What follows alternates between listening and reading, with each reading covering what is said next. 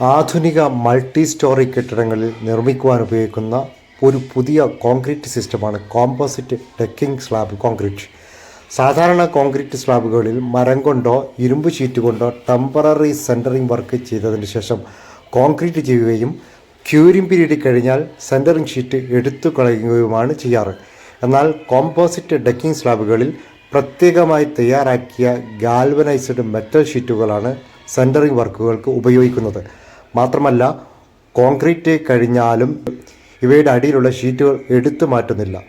സാധാരണ കോൺക്രീറ്റുകളിൽ സിമൻറ്റ് കോൺക്രീറ്റും വാർപ്പ് കമ്പുകളും തമ്മിൽ ബോണ്ട് ഉണ്ടാവുകയാണ് സംഭവിക്കുന്നതെങ്കിൽ കോമ്പോസിറ്റ് ഡെക്കിംഗ് സ്ലാബുകളിൽ വാർപ്പ് കമ്പികളോടും സിമൻറ്റ് കോൺക്രീറ്റിനോടും ഒപ്പം സ്ക്രൂ ചെയ്ത് ഉറപ്പിച്ച മെറ്റൽ ഷീറ്റുകളും സ്ട്രക്ചറിൻ്റെ ഭാഗമാകുന്നു എന്നതാണ് പ്രത്യേകത.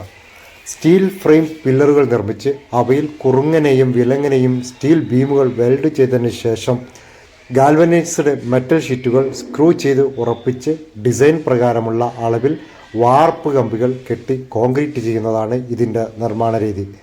സാധാരണ കോൺക്രീറ്റിനേക്കാൾ ഏതാണ്ട് 1.5 മടങ്ങ് ചെലവ് കൂടുന്നതാണ് എങ്കിലും ഒരേ സമയം 2-3 നിലകളിലുള്ള കോൺക്രീറ്റ് ഒരുമിച്ച് നടത്താം എന്നുള്ളതും ഒരുപാട് സമയം ലാഭിക്കാമെന്നുള്ളതും ഇത്തരം കോൺക്രീറ്റ് ഡെക്കിംഗ് സ്ലാബുകളുടെ പ്രത്യേകതയാണ്.